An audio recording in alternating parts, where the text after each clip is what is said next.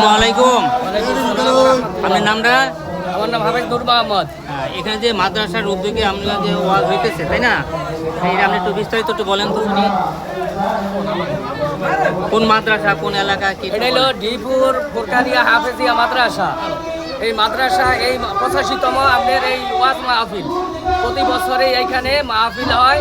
এইখানে আবাসিকে প্রায় 90 জনের মতো ছাত্র আছে, তারা প্রতিদিন এইখানে খানা খায় এবং সর্বমোট 11 জন শিক্ষক দ্বারা এই মাদ্রাসা পরিচালিত।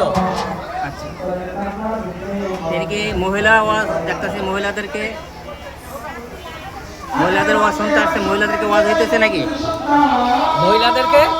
মহিলাদের ওয়াজ হইতেছে, মহিলাদের আসছে এখানে মহিলাদের প্রতি বছরে এইখানে এই মহিলাদের ওয়াজ হয় এবং এইখানে হাজার হাজার মহিলারা ওয়াজ শোনার জন্য এইখানে আসে।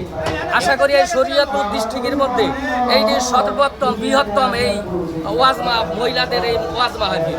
মহিলাদের ওয়াজের জন্য সকালের দিকে নাকি? সকাল কটা থেকে কটা পর্যন্ত? মহিলাদের জন্য ওয়াজ সকাল 8টায় শুরু হয়, 12টা বাজে ওয়াজ মুনাজাতের পর ওয়াজ শেষ হবে। আর পুরুষদের জন্য বিকালে, এই তো 2 দিন ব্যাপী? প্রতি বছরে এইখানে 2 দিন ব্যাপী ওয়াজ মাহফিল হয়। শরীয়তপুর জেলা গোসাইরহাট থানা, শরীয়তপুর জেলা গোসাইরহাট থানা, ডিপুর নুরানিয়া হাফেজিয়া মাদ্রাসা। ডিপুর হাফেজিয়া মাদ্রাসা। 2025 সাল ডিসেম্বর মাসের আজ 2 তারিখ। শরীয়তপুর জেলা গোসাইরহাট থানা, ঈদুলপুর ইউনিয়ন, ডিপুর হাফেজিয়া মাদ্রাসা উদ্যোগে